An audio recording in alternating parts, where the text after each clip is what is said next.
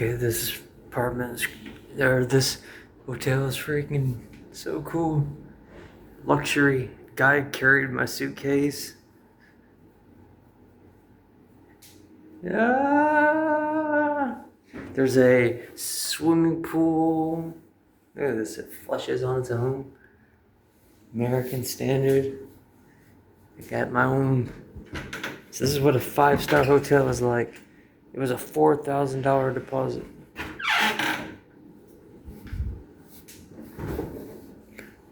Refrigerator.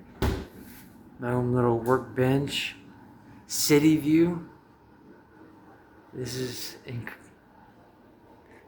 beautiful. Look at that. The executive suite, the big old king bed. I have my own little table. So, holy shit. I might have went a little bit overboard. At least I can say I've stayed here. It has an automatic curtain thing, so the curtains like go up, down. There's a mall that this connects to somewhere, the bottom floor. I need a coffee. My bot situation is I had to put $4,000 down as a deposit. So my bot's getting kind of low, I think. I don't really remember. But anyways, holy shit, we got so much to explore. I should have done that. Oh.